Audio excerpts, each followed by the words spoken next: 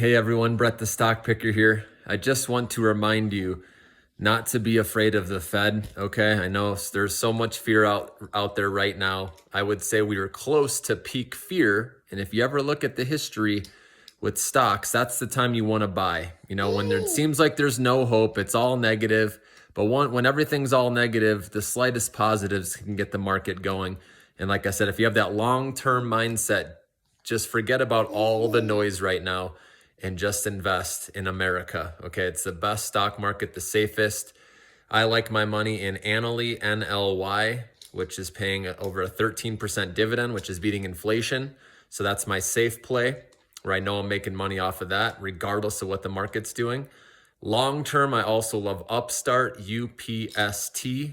That's my long-term hold that I'm planning on holding for generations for my kids. It's disrupting the loan sector with their artificial intelligence.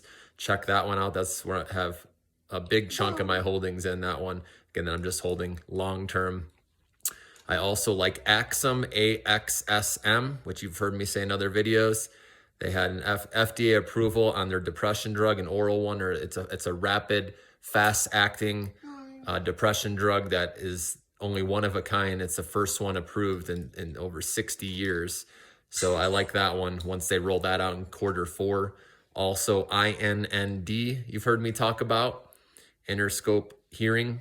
This is an OTC stock, but this one got FDA approval. I mean, or with the over-the-counter hearing aids, as we all know, that market's going to take off as well, and their rollouts in Q4, and they already had a profitable last earnings report, so they're well on their way even before the rollout of that. So I like those four a lot. And the energy sector in general, it's good to have, you know, something with LNG, with the liquid natural gas, like LNG.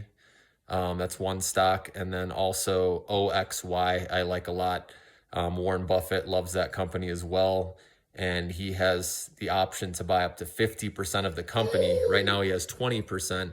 And I think he's going to pull the trigger. I mean, if the stock goes down a little bit more, especially if it goes in the 50s, he'll probably pull the trigger and buy more of that. So, and it's still undervalued even after over 100% run. Its PE ratio was low. And that one I think will still do well in this environment, because I don't think the Ukraine-Russia conflict and the war is going to end anytime soon, unfortunately. So playing energy, you know, will be good in this environment as well. So those are my recommendations. Take care.